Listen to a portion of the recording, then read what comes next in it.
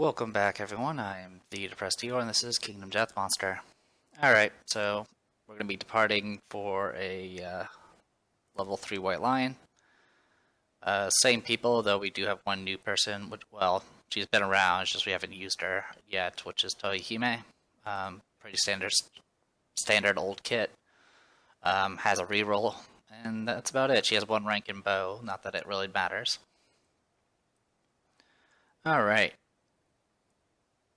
Let's, we'll do it this order.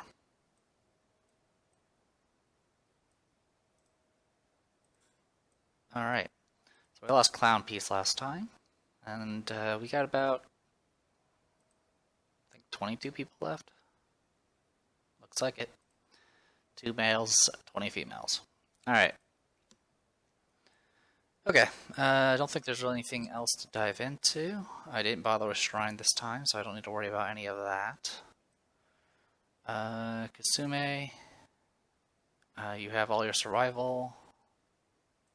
You don't get any insanity.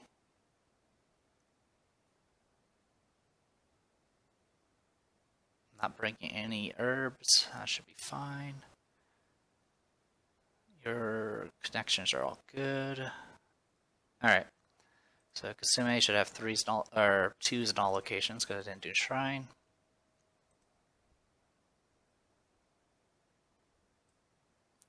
Let's switch that to the right order. Let's see, it's 5s in all locations, plus 1, and then plus 3, is it? I think it's plus 3. It's not a big deal because I'm planning on running away, but just want to be accurate here. So with Lance and Curris and Beacon Shield, it should be a total of 10 in all locations. Which may be enough to survive a hit in one location from a tier 3 White Lion. If it gets you in its claws, that is. If it attacks you, I'll probably hit 1,000,000 times. Alright, departing survival shouldn't matter. Actually, it matters a little bit. Our departing survival is 4, so she'll go up to 5. Okay, that's fine. Yamame, same stuff. Get her up to 10. She doesn't need to worry about insanity. Junko, maxed out survival, will get 2 insanity from the mask. Oh, also, actually, this needs to go down 1 because no shrine.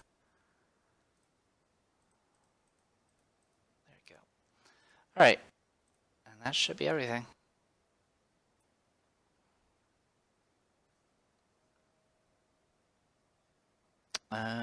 She is sane right now, so this actually should have swapped, but that's fine. Alright. Okay, all that said and done, let's go ahead and just dive right into this. First, I need to move everything back to the beginning of the hunt track, not that it matters. We'll just keep you on here. We'll go ahead and knock out Herb Gathering first. We still have our sickle. So 4d10 for each of them.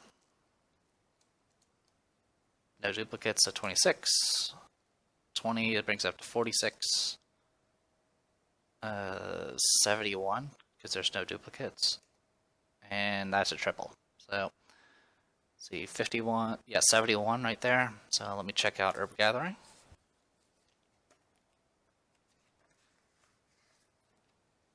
$71 is 2 fresh acanthus.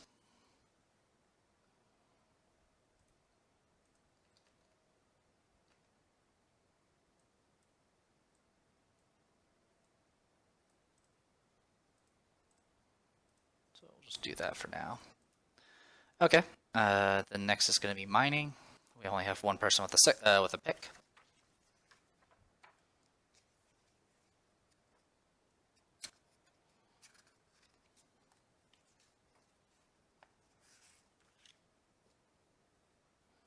Alright, Mineral Gathering, roll 1d10. 3, you strike a stone that resembles your face, it explodes, covering you in blood, gain +1 insanity, and hemophobia. Who has the pick? Yamame does. +1 insanity, and you get the hemophobia disorder, which pretty much means anytime anyone gets a blood token, I believe she gets knocked down. Alright, and that is it for that. And then I need to do an actual hunt event. I'll need to do the actual event. I think I could actually run away after any of the cards, but I'm just going to go ahead and do the first space. So we'll shuffle White Lion, draw 1. Prowling Lion, okay, moves 1 space away from the hunters, and so forth. So essentially it goes on starvation, which means even if we, caught up to it and fought it, we would still suffer starvation and still have to fight it. So, yeah. At least with ground fighting, you could just run around and scream and have infinite amount of attempts to run away. Alright, well, let's go ahead and dive into Runaway. And then we'll go ahead and we'll end up doing the settlement phase afterwards. Alright, so got Runaway for hunt phase, all set up. We'll do Kasume first. Roll 1d10. 6. In a mad dash, you injure your leg, suffer a broken leg injury, and return to the settlement same. Alright. Times 2. Okay. So Kasume is out. Just do that. Oh wait, that's not Kasume. Kasume is you. Alright. Next goes to Toyohime. 1d10. 8. The side of the settlement on the horizon leaves you gasping with relief. Set your insanity to 0 and return to settlement in shame. Her insanity is already at 0. Okay, next is Yamame. 3. You're hopelessly lost and give up. Gain the apathetic disorder and lose all your survival.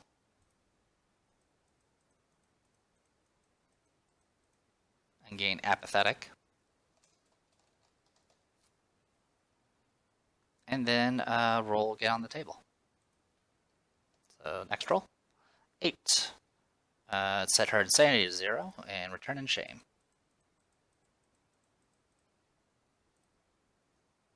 Alright. And then last is Junko.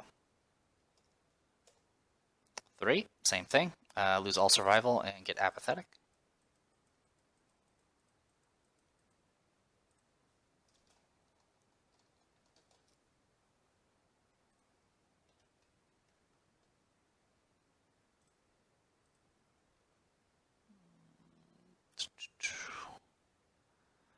Cannot use or gain survival. So now that you have a even less chance of escaping now, because there's that one space that there's a 20% chance where you also have to spend a survival or die. So there's that. All right, but she and then I have to roll again anyway. So let's do it. 1d10. Okay, same result. I get to roll again. I have to roll again. Same thing. Roll again. And that kills her.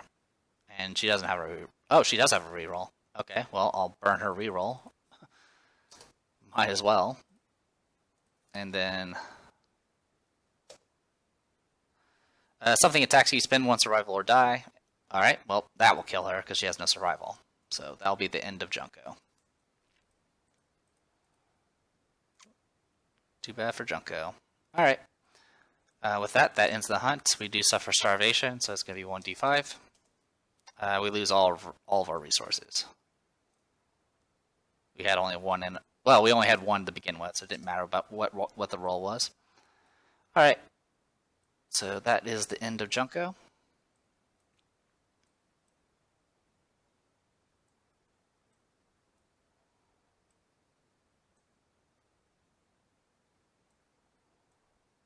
Bringing us down to 21 people left. This was during the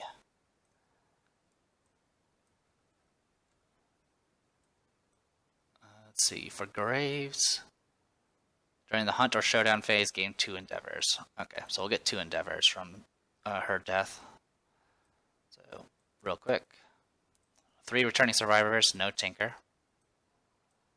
2 from Junko's death. And 2 for collective toil. Alright. And make a copy and paste it.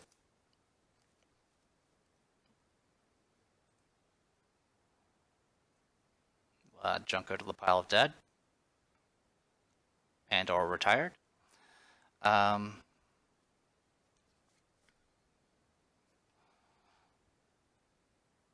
then, let's see.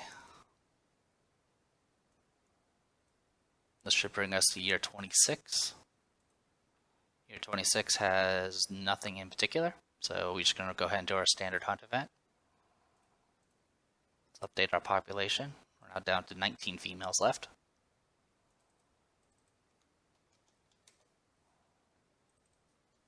Math-wise, we should be able to make it to the end. Whether or not we'll be in any condition to fight the final thing is another story. Junko. There you are. Bye-bye, Junko. Alright.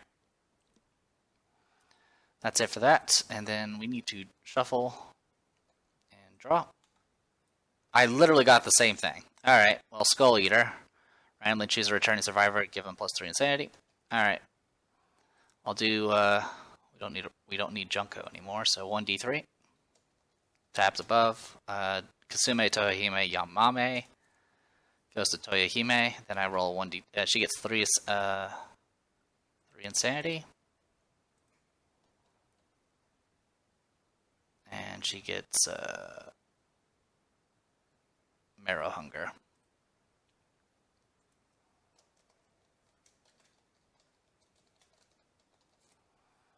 Okay, then I roll 1d10 to see what happens with this.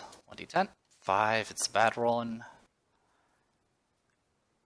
Yeah, this will add murder to the event, so I'm going to go ahead and use her reroll. Because I'd rather her die than deal with murder. Because murder will ensure we don't make it. 3 is even worse. Same results. Alright, who still has a reroll? I'm going to end up burning rerolls because I got freaking Skull Eater twice. Alright, so, Unzon, I'm pretty sure you've used your reroll by now. You've been around forever. Alright, Lois, Alice, Mai doesn't have one. Mame, of course, these people don't have them. Ryson doesn't have it.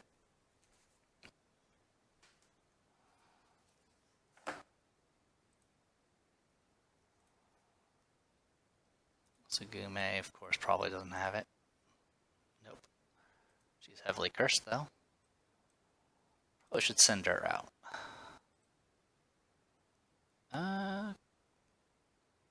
Okay. Sarah. Okay, Sega. We'll use Sega's reroll.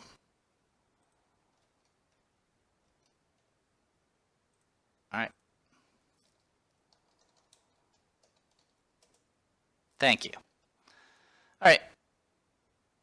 Take the matters into our own hands. Skull Eater's dead, and yeah, so we end up killing another person off. Murder literally guarantees that at least a person dies. So, may as well just stop it right now. Alright, so Toyohime is now dead. If I get Skull Eater a third time in a row, I will just reshuffle. I'm just going to state it now, so you guys will know when it happens next video. Alright, we'll get URL here. Thank you.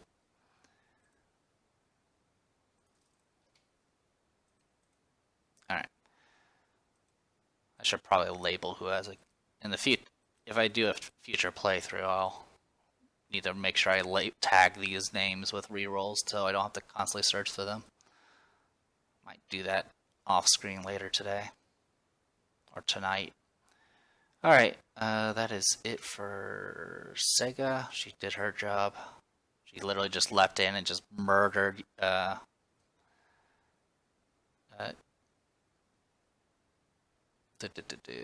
up murdering Toyohime. So let's go ahead and get rid of Toyohime. This does give us 1 additional endeavor, so we're up to 8 now. This also brings our population down to 20. Did not mean to do that. Copy. Paste. Thank you. Alright, we'll add her to the pile of dead.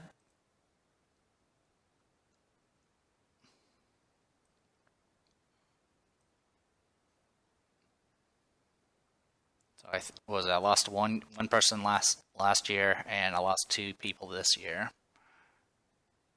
So not the best rate so far.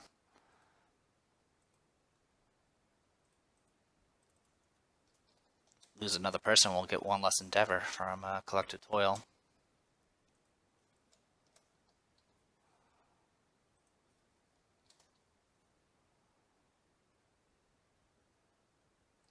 Bye-bye, Toyohime. Alright, all that's done. Let's check something. Search. That would have been stranger in the dark if I kept it. Alright. So, next is... I'm actually out of space for the lantern gears up here. Okay, now it's just endeavors. I have 2 resources because they weren't in the settlement storage when I suffered starvation. I'm just going to use them both to make a bunch of dried acanthus.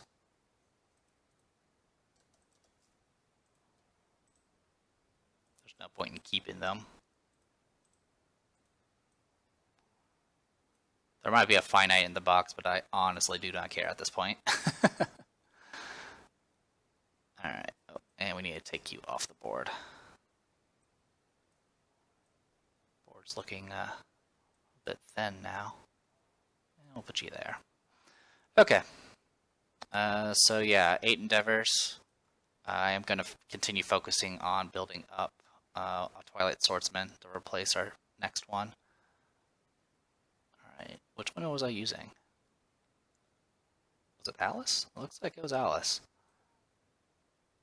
Yeah, she's the one that got the strength. Alright. So, we'll keep working with Alice then. I'm going to spend 2 endeavors on drums to get her up to 9 survival.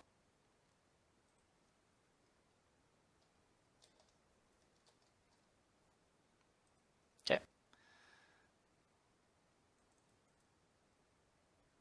And then...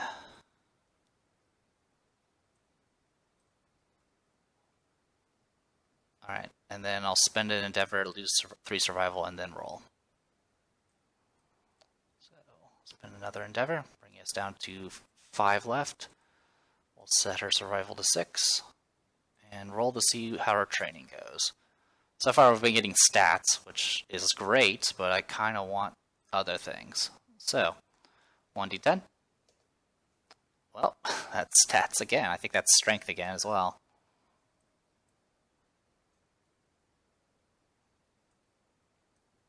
Oh, nope, it's a gain +1 proficiency level, so she is up to 4 now. This actually gets her to the next tier of Twilight Sword, which is good. So I think it drops the slow.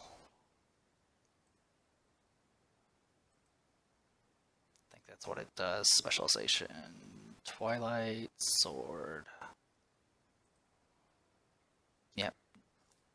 Drop the slow. Ignore the slow and gain +2 speed.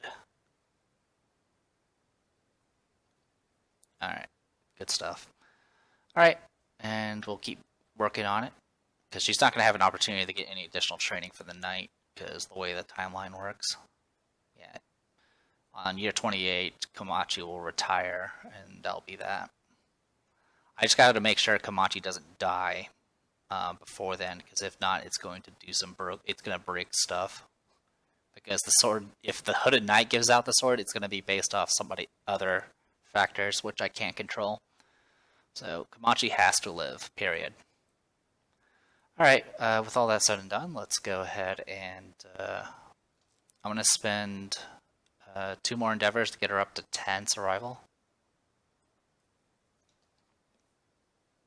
Using drums. I could work on repopulating, but I just don't want it. I just want to see if I can make it at this point. Unfortunately, I'll have plenty to talk about as far as reviewing this, but it definitely becomes a bit of a slog towards the end. Alright, spend an Endeavor and 3 Survival to go ahead and keep training.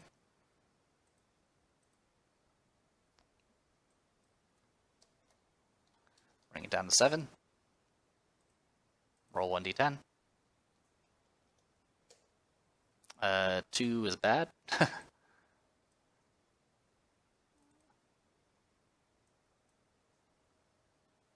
Alright, you may spend 1 survival and roll again. I will spend 1 survival and roll again.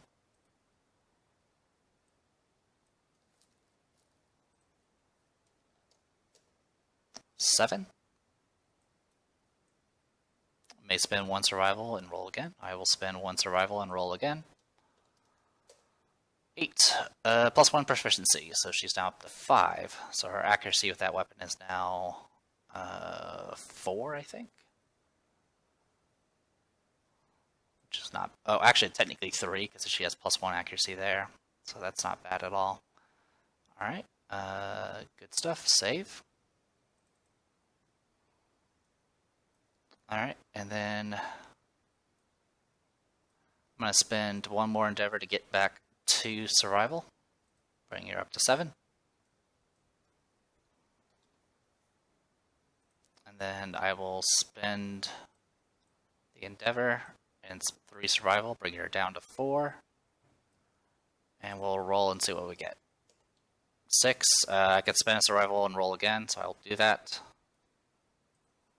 It's 2 through 7 is the one where you get the spend a survival to reroll. Alright, and that puts me at 6 Twilight Sword proficiency, which is enough to get the Deadly. Compare this to, when we attempted to teach Mai how to use a bow. Was it Mai? It might have been Mai. Yeah, it's definitely Mai, because she has 3 accuracy. Alright. That takes care of that. So I don't really want to go much higher than 6, because obviously the max is 8.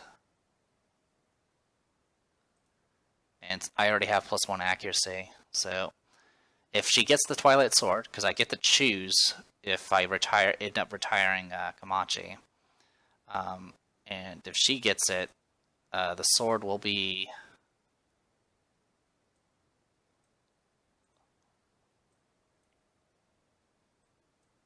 It is 9 minus proficiency level, so she has a 6, so it'll be a 3-speed weapon with 3 accuracy, 2 accuracy, because she has plus 1 accuracy as a stat, and she'll have 14 strength swinging it around. In comparison to what's coming, Goldsmoke Knight has 27 toughness. So even with the Twilight Sword, I can't wound him.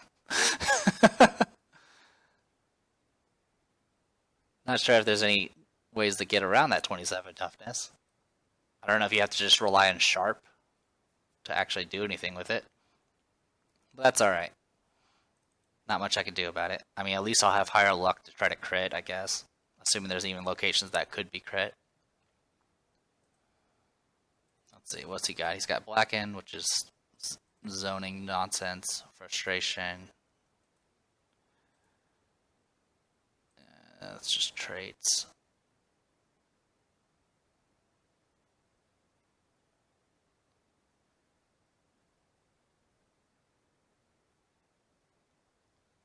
Oh, so if you have the Thunder Maul, you can actually do some stuff with this. Getting the Thunder Maul is a kind of I think I do believe, I think Yuka is the Thunder Caller right now. So I could force it to happen if I go beyond the Overwhelming Darkness and grab and get the Thunder Maul. But I'm not sure how dangerous Hammer and Nail is. I can't show it on you because it's in the book, and I don't have an updated book. I don't have an updated PDF. But I'll see what this looks like because I'm curious. Should be right there, right? No, that's game mode. Oh, let me guess. It's all the way in the back because it makes it's not alphabetical for some reason. Yep, hammer and nail.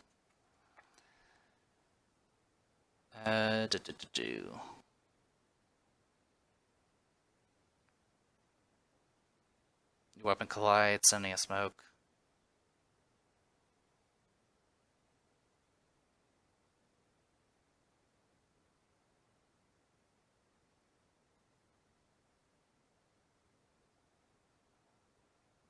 It's a way of preventing the black end, but it has a heavy cost. It's kind of cool though, because you're essentially just clashing with the person, but yeah.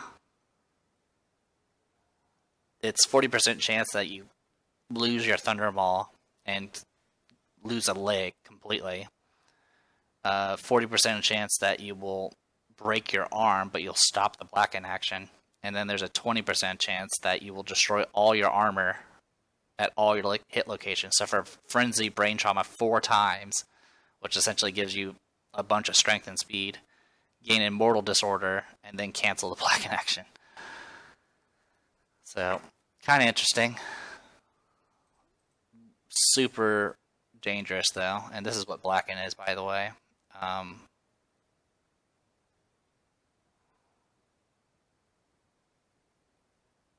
All survivors in Smash Zone suffer 3 hits for 5 damage each. All survivors in the Ash Zone suffer 1 hit for 5 damage, and then all survivors in those areas get knocked back away.